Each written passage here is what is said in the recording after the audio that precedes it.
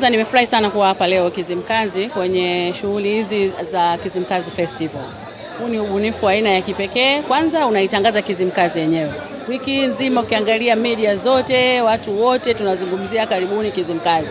Lakini kuambatanisha tamasha la Kizimkazi Festival na shughuli za nishati safi ya kupikia kumesaidia sana, kumechagiza kuwapa uelewa wananchi kwamba tunaweza kumbe kutoka katika upishi wa kutumia kuni na mkaa, upishi wa asilia na upishi wa kutumia nishati safi ya kupikia kama majiko banifu, majiko ya gesi na umeme.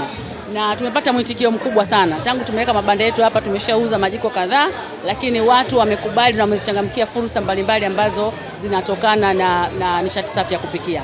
Na mimi ili nimejifunza kwamba wakati mwingine watu wanahitaji kupewa elimu, wanahitaji uelewa, lakini pia tumepata shuhuda mbalimbali kwa sababu hii tamasha sio mara ya kwanza kufanyika. Wale ambao walikuwepo kwenye matamasha ya nyuma wanakuja hapa na wanatoa shuhuda kwamba wamenufaika na uwepo wa nishati safi ya kupikia na majiko waliochukua kutoka kwetu yamewasaidia, na hasa yale yanayotumia umeme yanatumia umeme kidogo sana.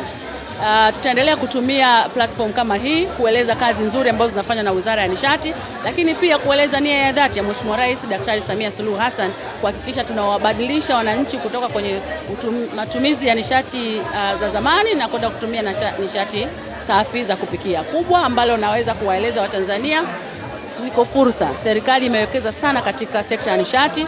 Tuna umeme mwingi sana ambao sasa hivi unazalishwa, lakini ukiacha hilo, kwa upande wa huku Zanzibar tunayo miradi mikubwa ya billions of money ambayo italetwa kwa ajili ya kuimarisha upatikanaji wa umeme katika eneo hili.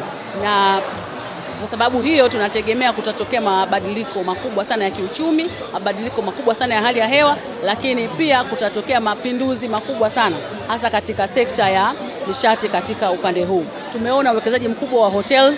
Kipindi cha nyuma ukihesabu miaka 5-6 nyuma, hoteli kubwa kama hizi zilikuwa ngumu kuwekeza sababu kulikuwa hakuna umeme wa uhakika au hakuna mipango au mikakati mikubwa ya kuleta umeme wa uhakika.